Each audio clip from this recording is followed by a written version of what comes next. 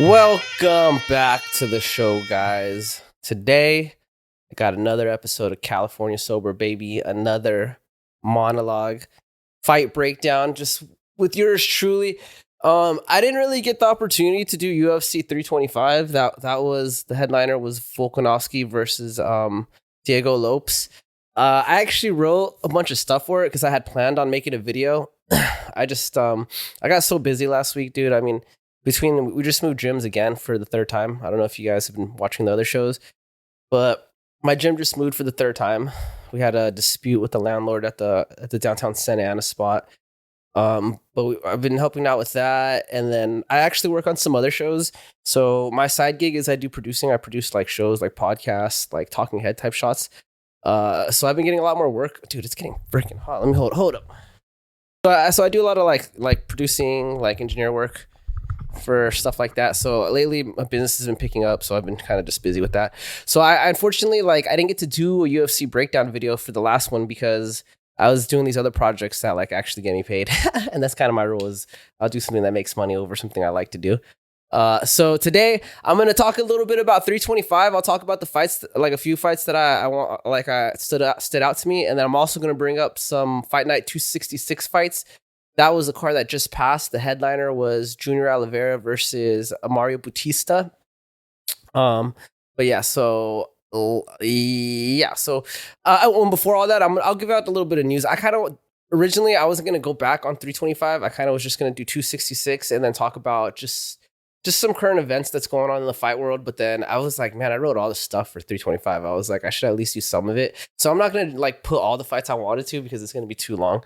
But anyway, so let's break it down. UFC 325 and Fight Night 266.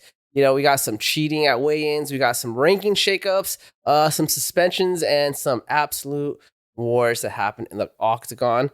So let's just get into it, man. So we'll start out with some MMA news, right? Aaron Tau, I don't know how to pronounce his name, Tau. This dude, I think he's pretty much kicked out of the UFC. I'm not sure. But he tried to pull one of the oldest tricks in the books at weigh-ins. My guy straight up tried to lean on that little privacy box to make weight. He wasn't able to make weight, and the commission saw him. This is something that if you watch the earlier UFC, they did stuff like this because for a while they didn't even have weight classes, and then they brought weight classes, and you saw a little. But anyways, the commission obviously caught him during weigh-in, so that was intriguing. But he did it on camera. They pulled his bout, obviously. I don't remember who was fighting. I should have wrote it down, but like I said, a lot of these notes were from last week, and I was going to scrap a lot of this, but here we are. Next thing I want to bring up, Romanov Shavkat Rakhmonov. He has officially been removed from the welterweight rankings. That's crazy. That's a huge change up in the division. I feel like he was he fought Ian Gary. He's like one of the only guys to beat Ian Gary in the UFC, if I'm not mistaken. He should have been next for title, in my opinion, but he did get a knee injury. He had a damaged knee going into the fight with Ian Gary. Ian Gary did he did a couple of those oblique kicks, which if you don't know what those are, that's basically like a side kick to the knee. Very bad for your joints. A lot of people call them career enders. There's a few leagues that ban it, especially if you do it on the lower regional scene, like PKBs and like that. Stuff. Edit. PKBs and stuff like that, they generally don't allow that. I'm kind of in the middle. I don't really like it. I think they're an effective tool, but I just don't like them because the longevity of the fighter, it just like cuts that by like a lot, right? You get like knee problems and you're done. And I do understand people are like, it's effective, it's MMA, but guys, this is a sport. This is a sport of fighting. I'm not trying to watch someone walk out with like lifelong problems. I don't want to see my UFC fighters with fake knees and none of that. I'm not that into violence. But yeah, Dustin Poirier, after Gaethje's fight, most recent fight, Dustin Poirier came out the woodwork. He said he would actually be down to come back to fight Gaethje one more time. The rivalry never died. He didn't say the rivalry part. I added that, but that is in quotation marks, but I didn't mean to put that in quotation marks. That's just my own quotations. The rivalry will never die, man. Every time these two guys meet, you already know violence ensures behind them. I'm not upset about this. I would be so down for a fourth fight.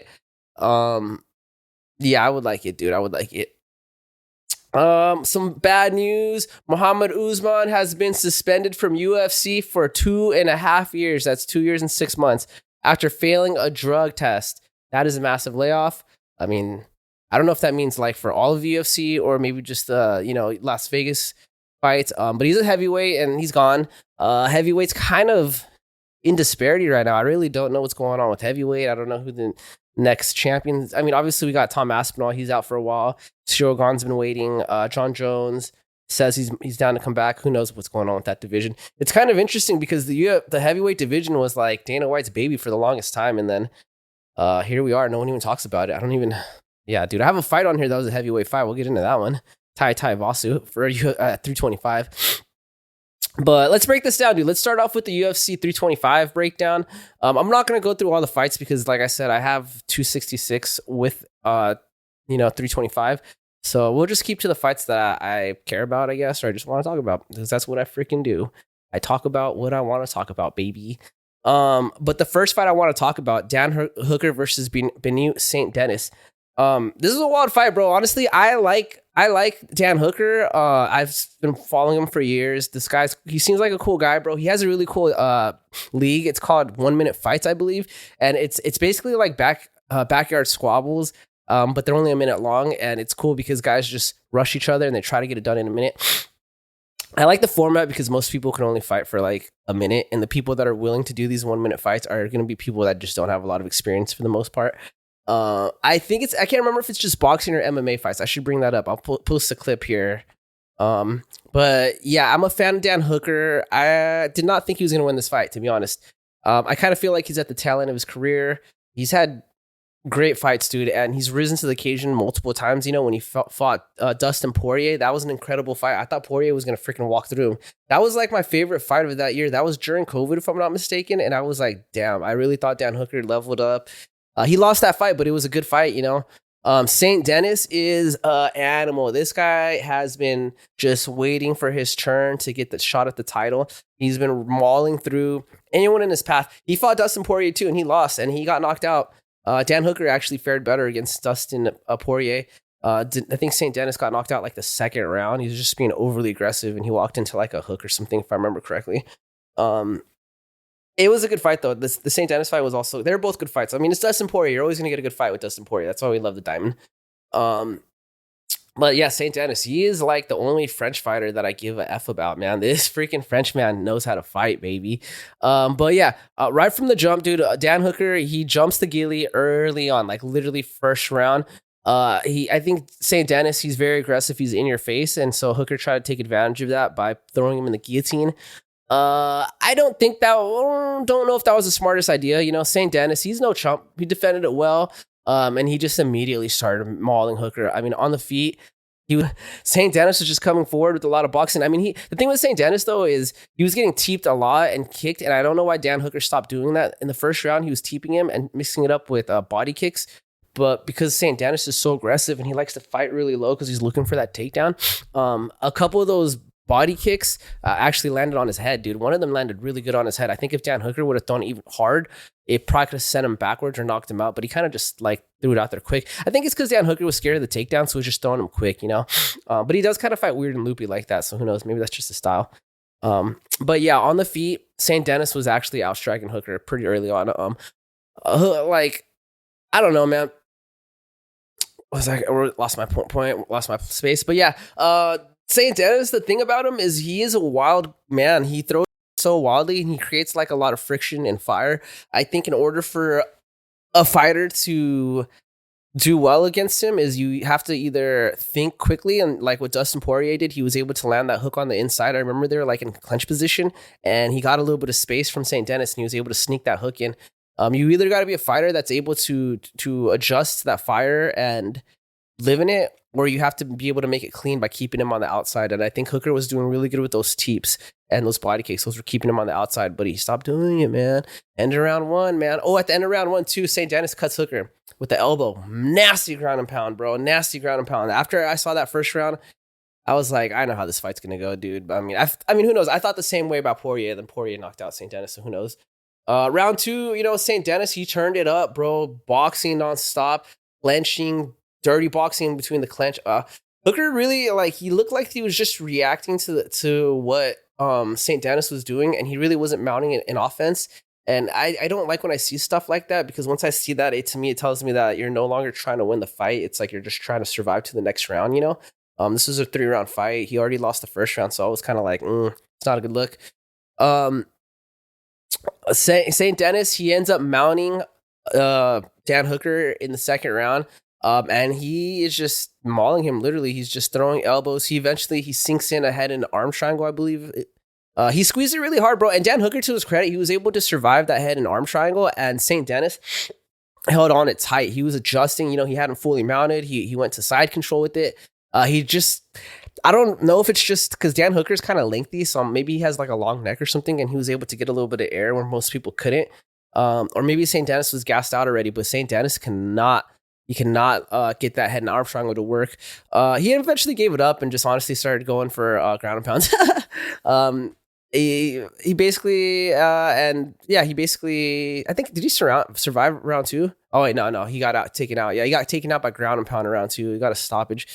It was a spectacle, bro. It was a good performance by St. Dennis. Unfortunate for Hooker. I mean, I don't know what's next for Hooker, but I don't know what's next for Hooker. Who knows? Maybe he needs to go to a different gym or something. Maybe City Kickboxing isn't where it's at anymore, at least for him, right? I do like Hooker, and I do like Benoit St. Dennis as well. I think I like Hooker's style a little bit more than St. Dennis. I'm not the big on the grappling, but I do like St. Dennis because he kicks the shit out of people and then he takes them down and elbows the shit out of people in. Beep beep. And I like that. We like that. The next fight I want to talk about, Rafael Fiziev versus Ruffy. This fight let me smoke a joint to this, dude. I'm sorry, guys. Light it up, baby. This was other than the Volkanovski fight, this fight, I think, if I remember correctly, was the second fight I really wanted to see. It was right then and there, because I know the Fiziev fight with Ruffy was going to be an incredible fight. I knew it was going to be exciting. Lopes versus Volk, I knew it was going to be a good fight, but I just thought this was going to be more fireworks, and so I just gravitated more towards wanting to see this fight. California sober, baby. Did my first guest podcast today. I'm normally not a guest on other people's shows, but I will make an exception for certain people. I did it for Alex Miocic, Cali Fight Pullout guy. He's a cool guy. So go check out his. I don't remember what it is. I think it's called the Cali Fight Pullout podcast. I'll post a link if it's released by the time I drop this. Probably not, though, because I edit these pretty quick. But Rafael Fiziev versus Ruffy. I cannot pronounce Ruffy's first name. I'm sorry, or his real name. A little bit about Fiziev. If you don't know my guy, he's like European. He trains at Tiger Muay Thai. He's also a kickboxing coach at Tiger Muay Thai. Phenomenal striker. He's so clean. Combinations are great. Came into MMA a little bit later. He was doing Muay Thai kickboxing for a while. He hasn't done bad. I just think one of the main problems he has, there was 2 problems, and he's already addressed one of them. Number 1 was his gas tank. Did not have the best gas tank, so that was a problem. And number 2, he has not really adjusted, was his size. He's too small for that division, I think. I think he needs to drop down. He's kind of like muscular. I think he needs to lose some of that mass, get a little bit skinnier, and, fight a different weight class. At least one weight class lower. Damn, I forgot to write their stats, dude. I didn't prepare for this. I threw this together too quickly. Man, you know what? I'm not even going to tell you the stats, bro. You guys could look it up. I'll post pictures of the stats here. I'm sorry, guys. This is super unprepared of myself. Gosh, I don't even know. Should I just stop this and add it in?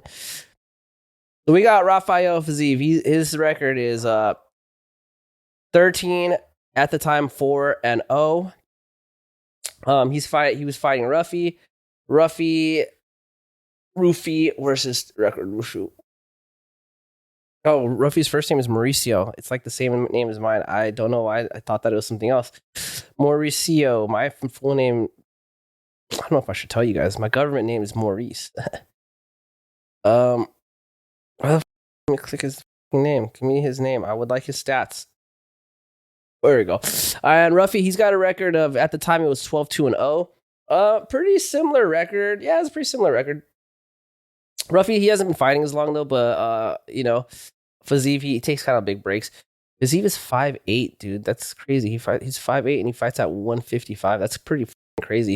I'm 5'9". He's younger than me. Yeah, he's from Azerbaijan. Yeah, I don't know. Fiziev, he needs to drop down in weight, bro. Honestly, he really does. But so back to what I was talking about. I'm sorry, I got distracted. It's the marijuana already, bro. The marijuana already. This fight was super technical.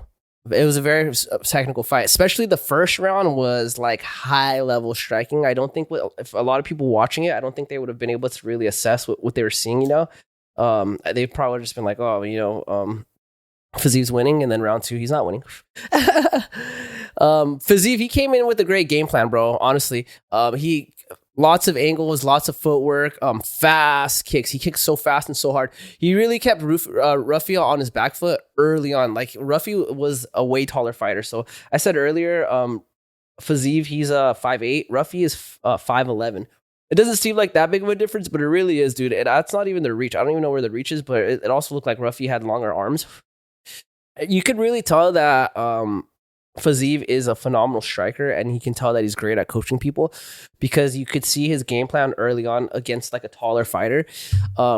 He, like I said, he used a lot of angles. He would attack, and while he was attacking, he would step off to the side, and when he was done attacking, he would step off to another side, right? Whether he kept circling to his left or sometimes he would cut to the right. It didn't matter. He would always cut his angles at the beginning and end of his combinations, and then he would come forward. And so what that did was it didn't allow Rufi to use his length because, I mean, obviously you're trying to jab a guy and he's over here now, right? You adjust over here, he's over here now.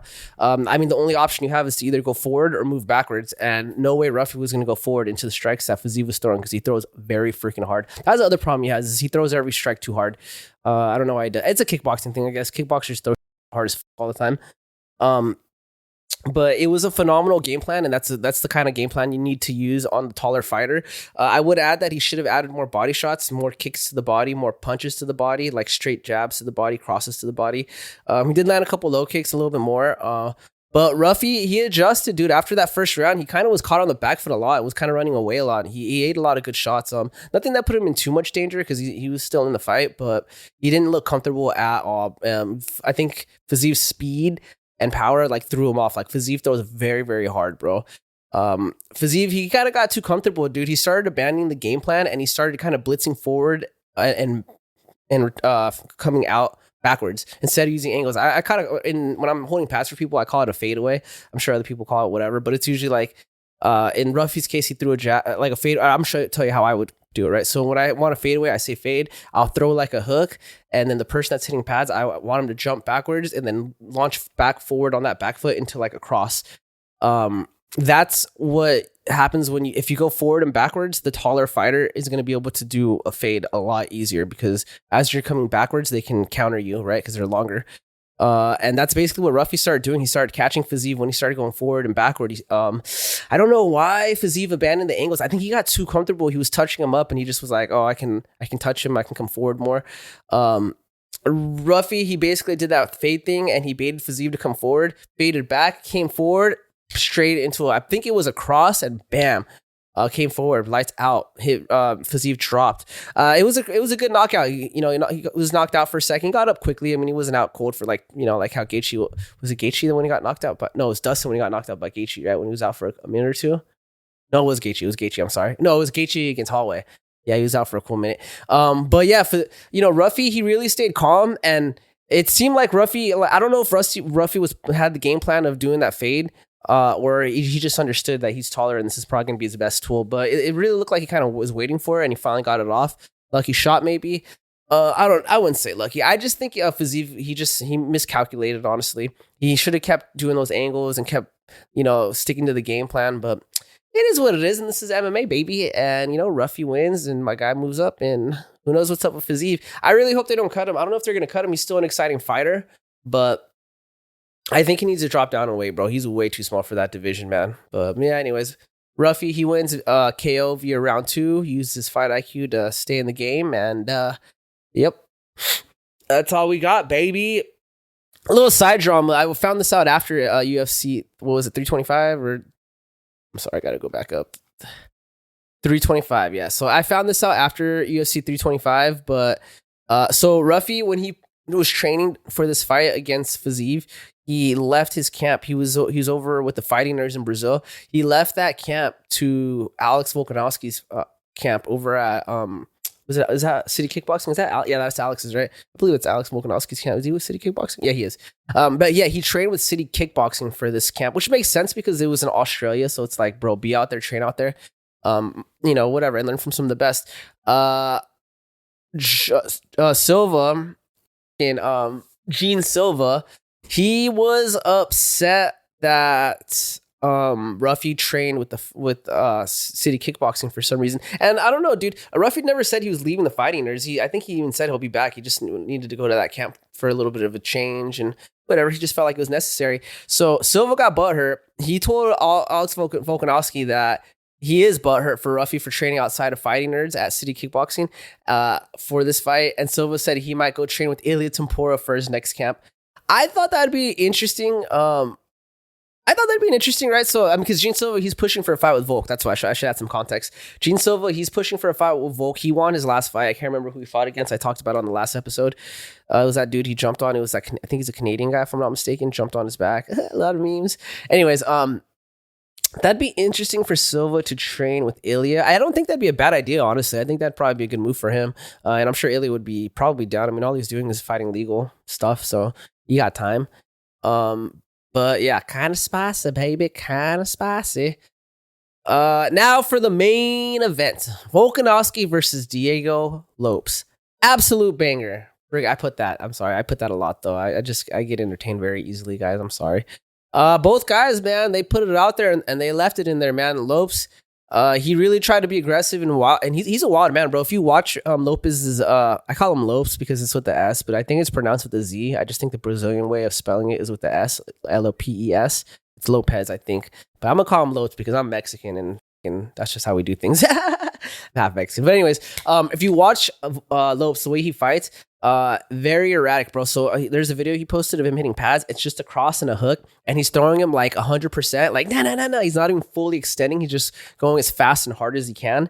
That's his fighting style, bro. I mean, dude, he was swinging so fast. You just see his hair flying everywhere. It was a funny video, bro. Not gonna lie. But that's like how he likes to fight. Lopes likes to make things wild. He likes to get in your face and just, he tries to overwhelm you with just his strikes, his volume, and be tenacious with it. Volk is like the opposite, bro.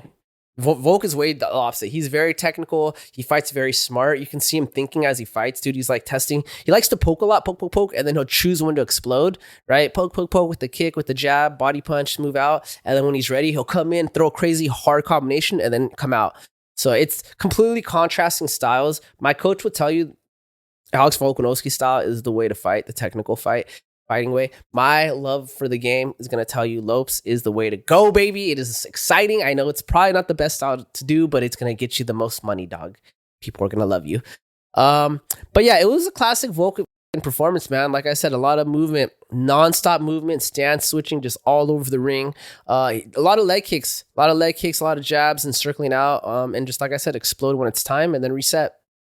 I think I think it was in round one, the end of round one, end of round two, I believe it was round one. Lopes actually caught Volk with, I think it was a cross or a hook. I can't remember, but it was like as Volk was coming in, Lopes, and he was kind of like, Lopes would kind of back off when Volk would come in forward, and like you'd see kind of like this push-pull type thing. That's a little, I shouldn't say that because of the last thing I said about that technique. But yeah, Volk would come in and you'd see kind of Lopes kind of like slide out and back. And Volk kind of took note of that. And you could see where he tried to come in on with the combination. And this time in particular, Lopes didn't fade out. He kind of stayed forward, came forward, and he came in with the cross. And he caught Volk really in a really tight spot, dude. Like as they were clashing, he caught him and he dropped him.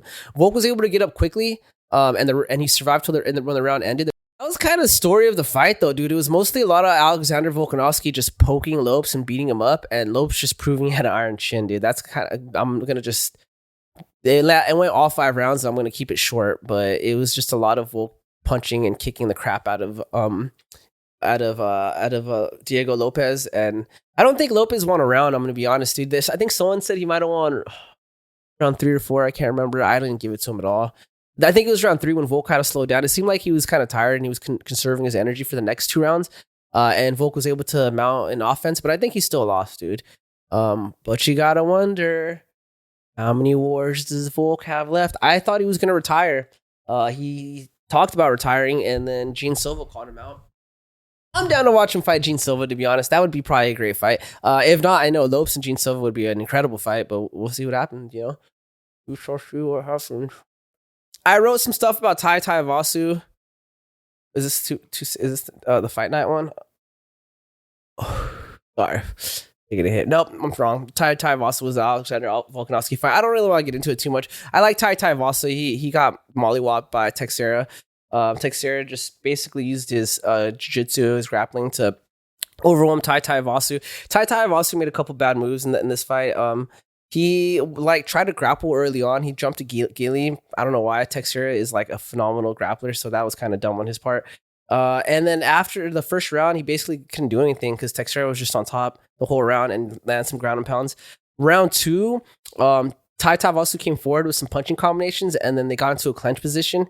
And I don't know what the heck Tai Vasu was thinking. I was like, bro, he just took you down and held you down for a whole round. Like, don't get in the clench position. Get out of that. And sure enough, he got taken down. Second round, no different. Third round, nothing at all. I think towards the end of the third round, he kind of tried to push for a knockout. It wasn't enough. Yeah, I think he did drop him, or maybe not drop him. I can't remember, but he was putting it on him. I kind of checked it. I started watching my phone because it was kind of, didn't really get, it's kind of a little boring, I'm not going to lie. And I was sad because I like Tai, so I was sad. I remember he had a podcast. I don't know if he still has it, but he had a very entertaining podcast for a while. But yeah, Teixeira, he got the decision. Another loss for Tai. I don't know what's up with Tai. He's been training in Dubai for a while. I think he needs to leave Dubai. I don't know where he's going to go, but it's just not working out. I feel like since he left to Dubai, he's been on a losing streak. You know what I mean? I don't know why I put Alex Volkanovski's fight so far up. There's like some other fights I wanted to bring up. Another fight I want to bring up is Nico Price versus Nikolai Vorchenevkov. I cannot pronounce these names. Vertennikov. Nikolai, you know, he's an interesting fighter. He's actually very exciting to watch. He's got great kickboxing. He trains right here in Huntington Beach, in Southern California. I think he's at King's MMA, if I'm not mistaken. So whenever I see him, dude, I always got to show love because that's like, you know, Huntington Beach it's in my county. I'm in Orange County, so that's Huntington Beach it's the beach area from right here. He's a beast, bro. He's got a really Ukrainian style. He fights really upright. A lot of kickboxing, a lot of power to everything he throws, a lot of kicks. He's not a crazy grappler, but he's got decent grappling and he's got great grappling defense. You know, in the clinch, he's really good with knees. He's really good at defending and stuff like that. I haven't really seen too much of him go to the ground because I think he just trains not to. But yeah, he's following Nico Price. I like Nico Price primarily because he's got a cool personality and he has a very weird style. It's very awkward. You don't know what he's going to throw, and I like stuff like that. He has not fought in a while. I think his last fight was against Lawler, if I'm not mistaken.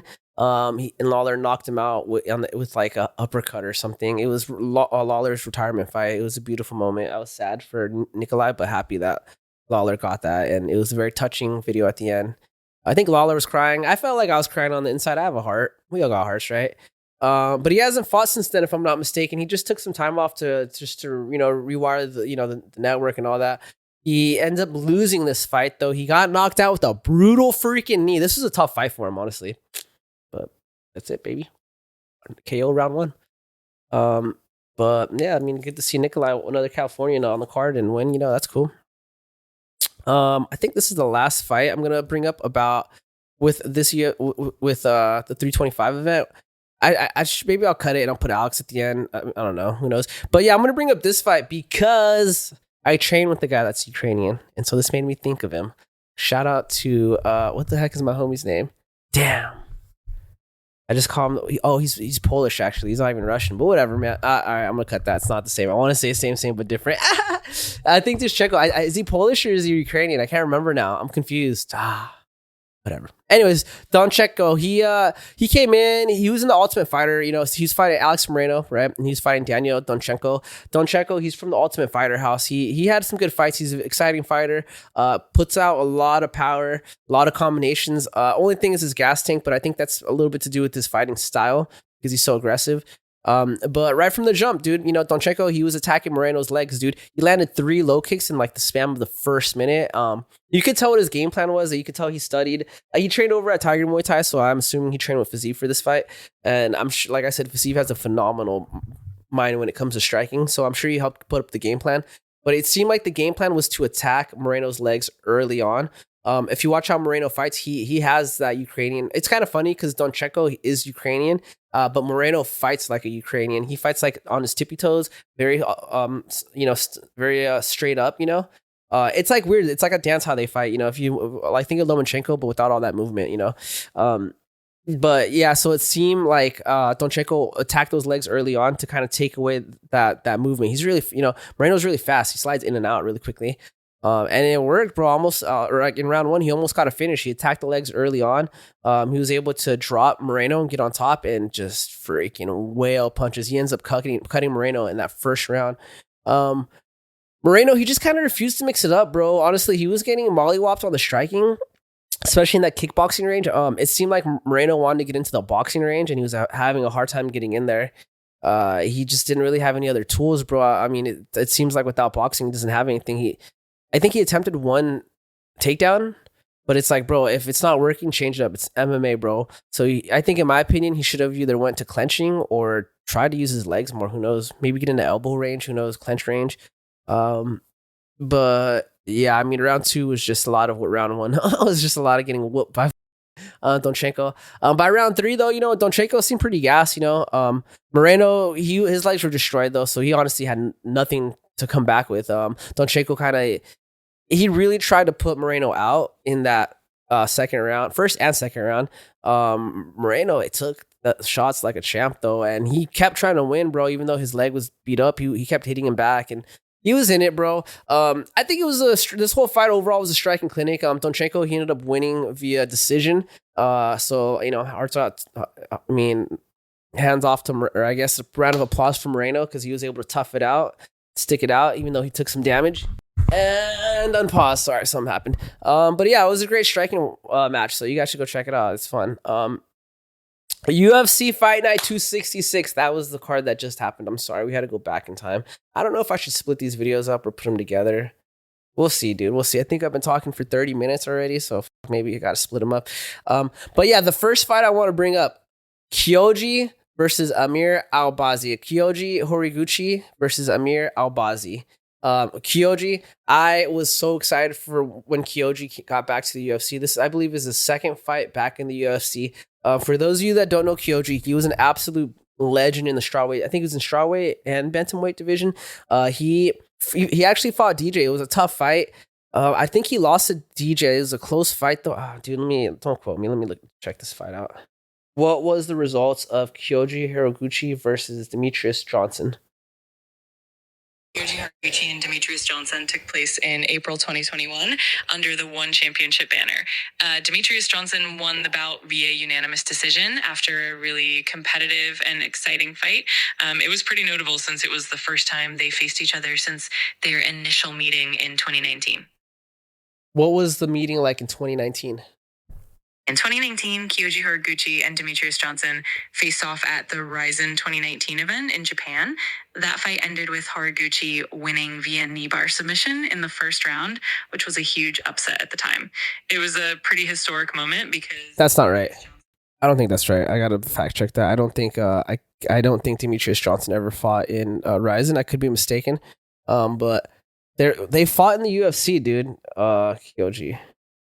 I do remember watching it live though, because I was a big fan of Kyoji and I was a big fan of DJ at this time. So Mighty Mouse and Kyoji fought at UFC 186. This was in April 25th, 2015. And it ended with Demetrius Johnson via armbar at 4 minutes and 59 seconds of the fifth round. Wow, that's crazy. The last minute.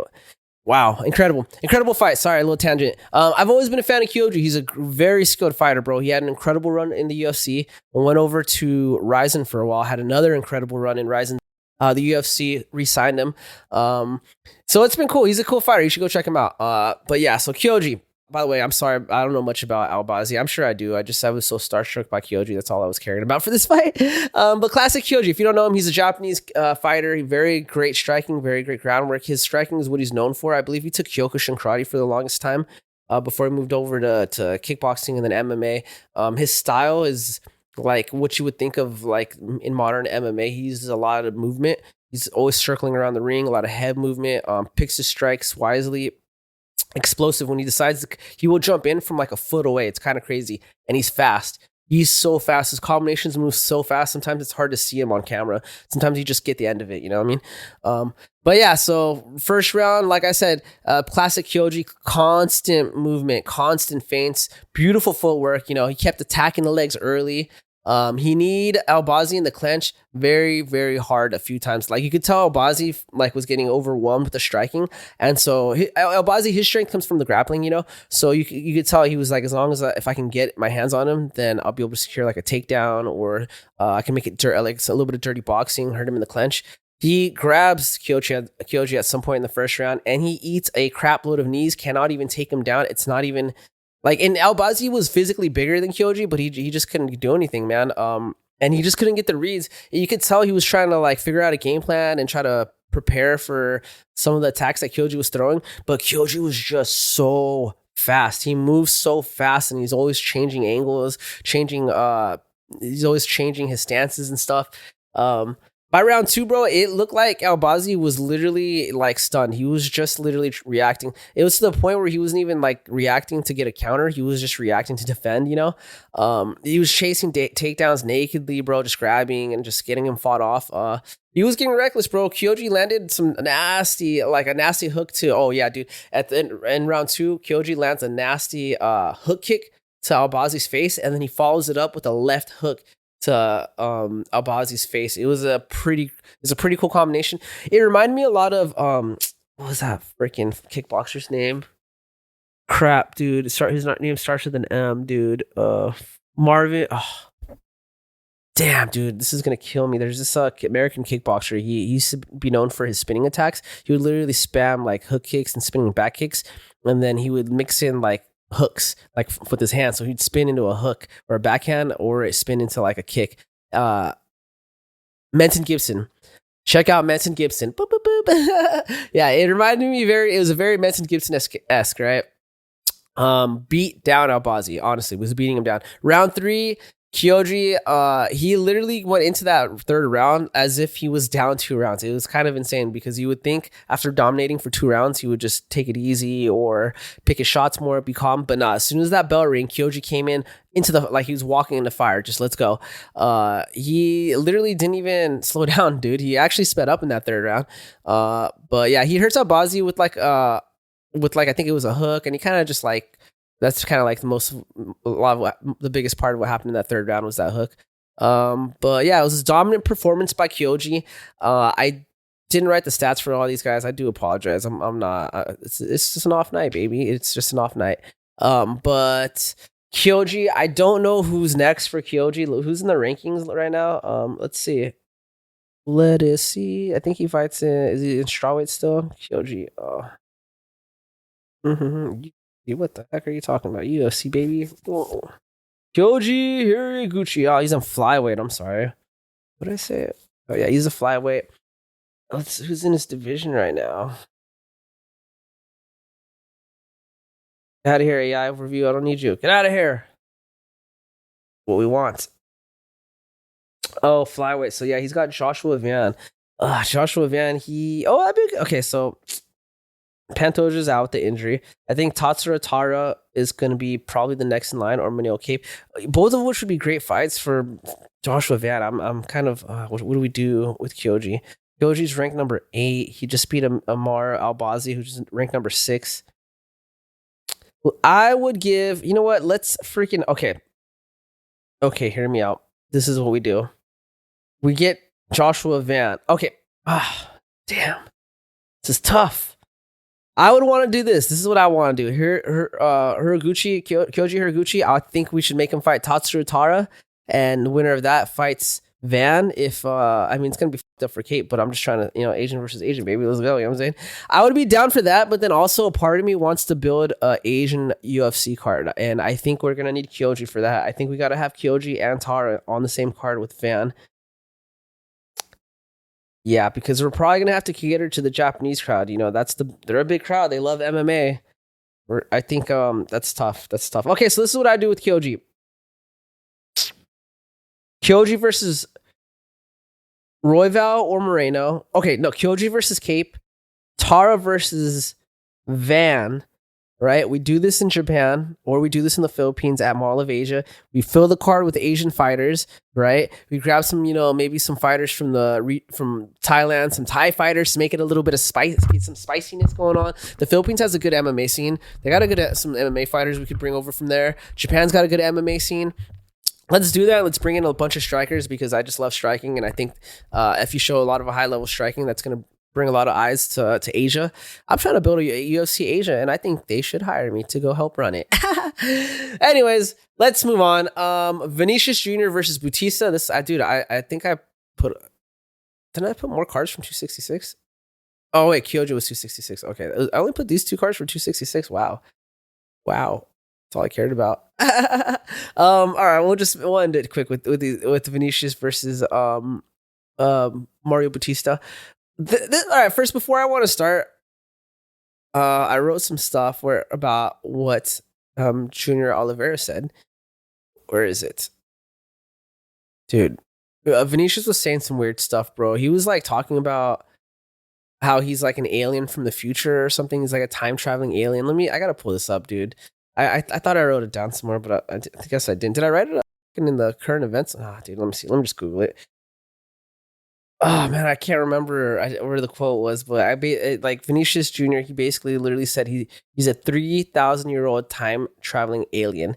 I just thought that was interesting. I can't find. I thought I screenshotted the quote. I don't know if you did it on like X or something. Whatever. I can't find it anymore. It's all good. Just know that it was weird. He's a weird guy, dude. He's an exciting fighter to watch though. He's a great striker and very explosive. Throws a lot of crazy shit. Fights with his hands down. I like it, dude. But okay, Vinicius Jr. versus Bautista, man. This fight, I'll just give you a little foreshadowing, man. This fight really showed the downside of having a high output style. Honestly, Vinicius, he came out crazy active, nonstop pressure. That first round, he was throwing everything in the kitchen sink at Bautista. It really looked like he was on track to win just off of his pressure and his strikes. The end of round 1, Bautista ends up getting a takedown. Vinicius, Junior Oliveira tried taking down Bautista and he couldn't do it. And then, like not too long after, like a couple seconds after, Bautista was able to take Junior. I'm gonna call him Junior from now just because it's easier. Junior Oliveira, right? He gets him on his back, and the round kind of ends with him kind of throwing some ground and pounds. And that's the thing, dude, is when Bautista's on top of you, he has a very active top game. He's throwing elbows, he's throwing punches. He doesn't wait for anything. He's just making it happen. He's just swinging and waiting for something to happen for him to either sink in like a choke or a submission, or he's just going to keep swinging. Round 2, you could tell Junior Oliveira, he was tired, bro. He was exhausted, bro. Right when the first round ended, he was just sitting on the floor before his corner brought his chair into the cage. So just off that, I was like, that's not a good sign, right? Also Junior Oliveira, he's really big for that weight class. They're both kind of big for that weight class, but Junior Oliveira is a lot bigger than Bautista was. He looked like he had a lot more weight to cut. And I think he had a bad weight cut, bro, because after that first round, he was freaking dusted, bro.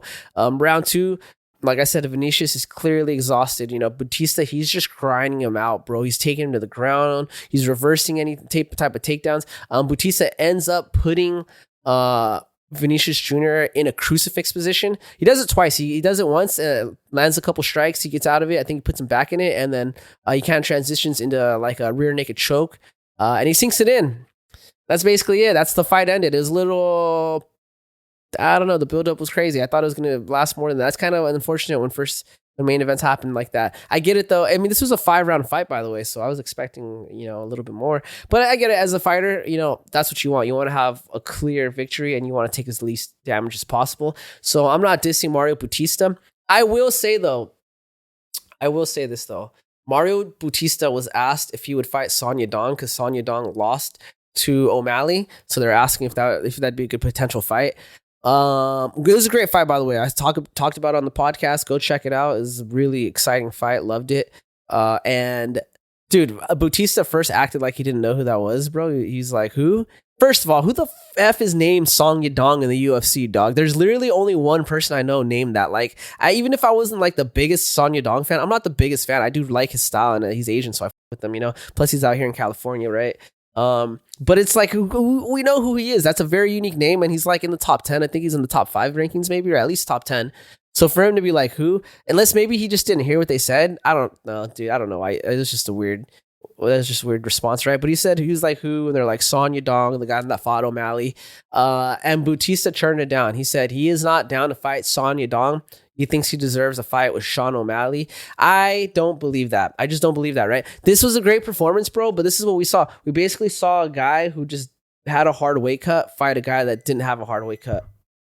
Oh well, we got this camera. So, what was I gonna say?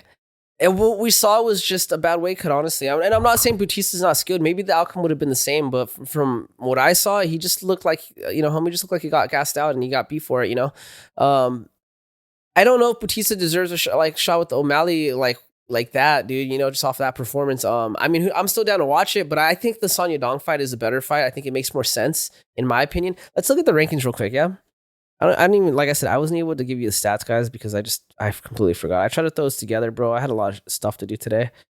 Mario Bautista. All right, so his record is 17-3-0 as of now. This was after his win to Oliveira. He is ranked where's his rank? Is he not ranked? He's got to be ranked, right? I think he's like ranked top 10 at least in that division. Number 9. Mario Bautista is number 9. Sean O'Malley is ranked number 3. That's a pretty big jump. Sonya Dong is ranked number 5. How is this fool going to tell me he doesn't want to fight? I mean, honestly, even Deiveson Figueiredo, I'd be down to watch that, honestly. Against Bautista, I'd be down to watch Deiveson Figueiredo. Oh, wait. No, I think he said that against Sandhagen. I'm sorry. No, I think he said he wanted to fight Sandhagen. I'm sorry. I'm mixing stuff up. I'm totally mixing words up. Let me see. Mario... Yeah, I'm sorry. He said Sandhagen. Sean O'Malley. I take that back. Why did I say Sean O'Malley? Because I was thinking of Sonya Dong. It makes more sense for Sandhagen. They're closer in the rankings. Sandhagen already beat Bautista, and he beat him what was it, like round 2 or something? Oh, it was round 1, dude. Sandhagen already beat him round 1 via submission. That was at UFC 143. That was in 2019. That was a long time ago. So, yeah, maybe we can see that again. Sandhagen versus Bautista, 4 to number 9 to 4. We can see that, but honestly, I think Sonya Dong makes more sense, bro. I think Corey Sandhagen and Sean O'Malley would be a good fight. Did they fight before already? I don't think they ever fought. I remember I wanted this to happen, and I don't think it ever happened. Yeah, it never even happened. Let's do Sandhagen versus O'Malley. Winner of that can fight freaking Merab, either Merab or fight for Peter Yan. Who knows? But let's do them two, Sandhagen, O'Malley. I'm excited for that. That's going to be a good fight to promote.